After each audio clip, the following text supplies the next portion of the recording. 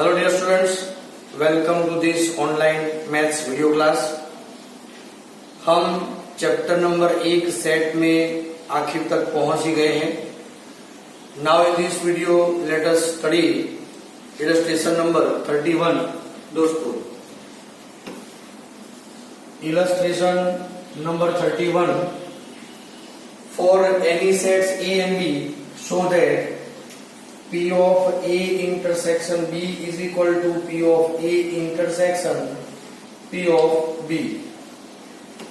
दोस्तों, हमें ये प्रूव करना है और मैंने पहले भी आपको बताया था कि जब भी हमें दो सेट्स को इक्वल बताना है तो दोनों को एक दूसरे के सबसेट बताना होगा। तो हम क्या करेंगे, let any set X which is belongs to P of A intersection B। दोस्तों, X belongs to P of A intersection B, तो इसका ये मतलब हुआ, ध्यान दीजिएगा, set X subset of A intersection B। आप समझ रहे हैं, ध्यान दीजिएगा। तो X is the subset of A intersection B। दूसरी बात, यदि X is subset of A intersection B, then X is subset of A and X is subset of B। यदि हम ये कहते हैं कि X is subset of A, then X is belongs to power set of A and also X is also belongs to power set of B। क्या आप समझ रहे हैं दोस्तों? तो इसका ये मतलब हुआ X is belongs to power set of A intersection power set of B। तो तय क्या हुआ दोस्तों, X is belongs to power set of A intersection B and we have to prove that and we prove that X is belongs to power set of A intersection power set of B। Therefore A intersection B मतलब power set of A intersection B is subset of power set of A intersection power set of B। Give it equation number 1। अब हम उल्टा क्या लेंगे, now let for a set y is belongs to P of A intersection P of B। What is it mean? It mean y is subset of power set of A, sorry, y is belongs to, हाँ, तो इसका ये मतलब हुआ y is belongs to P of A, y दोनों में, and y is belongs to P of B। इसका ये मतलब होगा कि इंटरसेक्शन का मतलब हुआ y दोनों में, लेकिन y is itself set, y एक सेट है, तो हम ये लिख सकते हैं set is subset of A। Power set लेते हैं तभी बिलोंग्स टू लिखेंगे, लेकिन जब पावर सेट निकल जाएगा सिर्फ A लिखेंगे तब हम यहाँ पर सबसेट लेना है। And y is a subset of B, दोनों को कॉमन लेंगे तो y is subset of A intersection B। So y is belongs to power set of A intersection B, ये कह सकते हैं। तो क्या मतलब हुआ इसका, तो power set of A intersection power set of B which is the subset of power set of A intersection B। Equation number 2। Clear दोस्तों, एकदम से clear? Okay, so we can say that from equation number 1 और result number 1 and 2 we can say that P of A intersection B is equal to P of A intersection P of B। क्या आप समझ रहे हैं दोस्तों? अच्छी तरह समझ सकते हैं ना? हाँ, आप अच्छा समझते हैं क्योंकि आपने प्रैक्टिस की है, आपको मालूम है सबसेट का मतलब क्या होता है, इंटरसेक्शन का मतलब क्या होता है। क्लियर दोस्तों? और एक बढ़िया क्वेश्चन है, आप अच्छी प्रैक्टिस करिएगा। आगे बढ़ते हैं दोस्तों, अब हम आगे बढ़ेंगे एक्सरसाइज 1 में। दोस्तों, एक्सरसाइज 1 में हम आगे बढ़ेंगे जिसमें एग्जाम्पल नंबर 1 मैं यहां पर क्वेश्चन नहीं लिख पाऊंगा, आपके पास में टेक्स्ट बुक है तो आप उसमें से पढ़िएगा जरूर, लेकिन नेसेसरी पॉइंट्स में यहाँ पर इंडिकेट करता रहूंगा। Decide among the following set which set are the subset of one and another. तो पहला है सेट ए, ध्यान दीजिएगा, x where x belongs to R and x is satisfied x square minus 8x plus 12 is equal to 0। दोस्तों सबसे पहले मैं इस क्वाड्रेटिक इक्वेशन को सिंप्लीफाई करना है।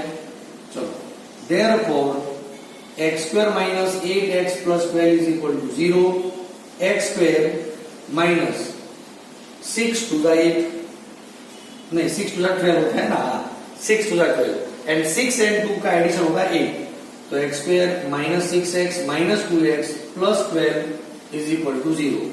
देयरफॉर दो की पेयर बनाएंगे, x common, x minus 6 minus 2 common, x minus 6 is equal to 0। Therefore x minus 6 and x minus 2 is equal to 0। दोनों का मल्टीप्लीकेशन 0 है, तो इसका मतलब ये हुआ कि दोनों में से कोई एक 0 हो सकता है। We take all the possibilities, so x is equal to 6 और x is equal to 2। So the set A consists 2 elements, only 2 and 6। Okay, now set B which is 2, 4, 6, set C which is 2, 4, 6, 8 and so on, set D is equal to only 6। अब यहां पर आप ध्यान दीजिए, A के सारे elements B में है और B के सारे एलिमेंट्स C में है, तो हम ये कह सकते हैं A is a subset of B is subset of C। तो पहला ये रीजन हुआ। तो यहां पर हम तो कह तो सकते हैं कि A is subset of C, ये भी कह सकते हैं। दूसरा A is subset of C, ये हम कह सकते हैं। दूसरी बात, B के सारे एलिमेंट्स A में हैं। अच्छा, हम यहां पर D is subset of ऐसा भी लिख सकते हैं, तो D is subset of B, D is subset of C, ये भी कह सकते हैं। तो जनरल फॉर्म हुआ, समझ रहे हो? D के सारे एलिमेंट्स A में, A के सारे एलिमेंट्स B में, B के सारे एलिमेंट्स C में मौजूद है। तो जनरल केस में हम ऐसा लिख सकते हैं, D is subset of A is subset of C, B is subset of C। ये दोस्तों okay. Now example number 2, in each of the following determine whether the statement is true or false, and if it is true prove it, if it is false give an example। यदि true है तो reason बताना है और false है तो example देना है। For example, first we will take question number 1, if x belongs to A, x एक एलिमेंट है जो सेट A के अंदर में है, and A is belongs to B। ध्यान से देखिए दोस्तों, वैसे तो दो सेट के बीच में सबसेट का सिंबल आएगा। बिलोंग्स टू का मतलब ये होगा कि ये सेट एक मेंबर के फॉर्म में होगा सेट बी में। देन क्या कहा है? Then x is belongs to B। तो क्या ये सही बात है? तो मैं कहूंगा कि ये जो स्टेटमेंट है बिल्कुल फॉल्स स्टेटमेंट है।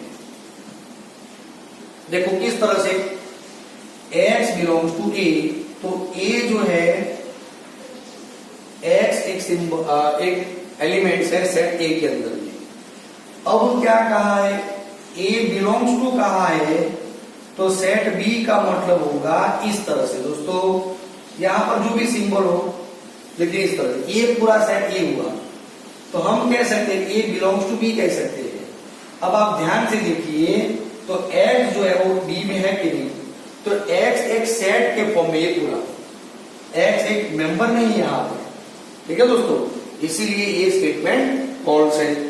चलो स्टेटमेंट नंबर 2, मेरे ख्याल से वो आप खुद प्रैक्टिस करेंगे। स्टेटमेंट नंबर 3, क्या कहा है ध्यान दीजिए, if A is subset of B, क्या मतलब हुआ, ए के सारे एलिमेंट्स बी में है and B is subset of C, B के सारे एलिमेंट सी में है, तो A is subset of C, तो ए के सारे एलिमेंट सी में है, तो बिल्कुल सही बात है। तो मैं कहूंगा कि ये स्टेटमेंट ट्रू है।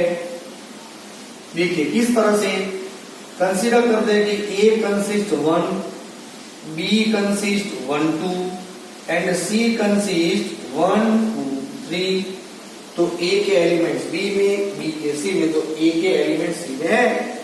कैसे किया दोस्तों? ओके। नंबर 4 ध्यान दीजिएगा, if A is not subset of B, मतलब ए के सारे एलिमेंट्स बी में नहीं है and B is not subset of C, B के सारे एलिमेंट सी में नहीं है, then we can say that A is not subset of C। तो मैं कहूंगा कि ये स्टेटमेंट फॉल्स है, या फॉल्स स्टेटमेंट है। देखो किस तरह से, ध्यान दीजिए, सेट ए में हम एलिमेंट्स कहेंगे सिर्फ 1 और सेट बी में 2 3 हम कहेंगे, तो ए के सारे एलिमेंट्स बी में नहीं है, और दूसरा ये भी है कि बी के सारे एलिमेंट सी में नहीं है, तो मैं ये कहूंगा कि set C is equal to 1 4 5 में ये कहूं, तो मुझे ये बताना होगा कि ए के सारे एलिमेंट सी में हो भी सकते हैं और नहीं भी हो सकते हैं। तो हम डेफिनेटली ये नहीं कह सकते, ये हो भी सकता है, नहीं भी हो सकता है, इसीलिए हम इस स्टेटमेंट को फॉल्स कहते हैं दोस्तों। क्लियर? क्यों हो सकता है, बराबर। चलो फिर नंबर 5 जो है वो आपको खुद प्रैक्टिस करना है। मैं नंबर 6 के बारे में आपको बात बता रहा हूं। If A is subset of B, मतलब समझ गए आप दोस्त? आप समझ गए? अच्छा आप समझ गए, घर पे है ना, मैं वही बात कर रहा हूं। ओके, मतलब आप समझ गए हैं, ए इज सबसेट ऑफ बी, मतलब ए के सारे एलिमेंट्स बी में मौजूद है। दूसरी बात ये कही है, x is not belongs to B. अब एक्स जो एलिमेंट ऑफ बी में नहीं है, तो जाहिर है कि ए के सारे एलिमेंट्स बी में हैं, तो ऐसा जरूर नहीं कि जो बी में नहीं है तो डेफिनेटली वो ए में नहीं होगा। Then x is not belongs to A, so it is true statement. देखो किस तरह से हम इसकी बात करेंगे, समझ लीजिए, ए के सारे एलिमेंट्स बी में है, अब एक्स जो बी में नहीं है, तो जो बी में नहीं होगा वो ए में तो होगा ही नहीं।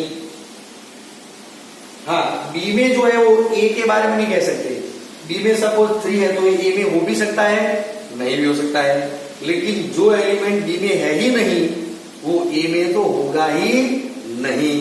ये स्टेटमेंट ट्रू है। क्लियर दोस्तों? तो ये एक्सरसाइज का क्वेश्चन नंबर 2 आपको प्रैक्टिस करना है, और नए वीडियो के साथ में हम फिर हाजिर होंगे।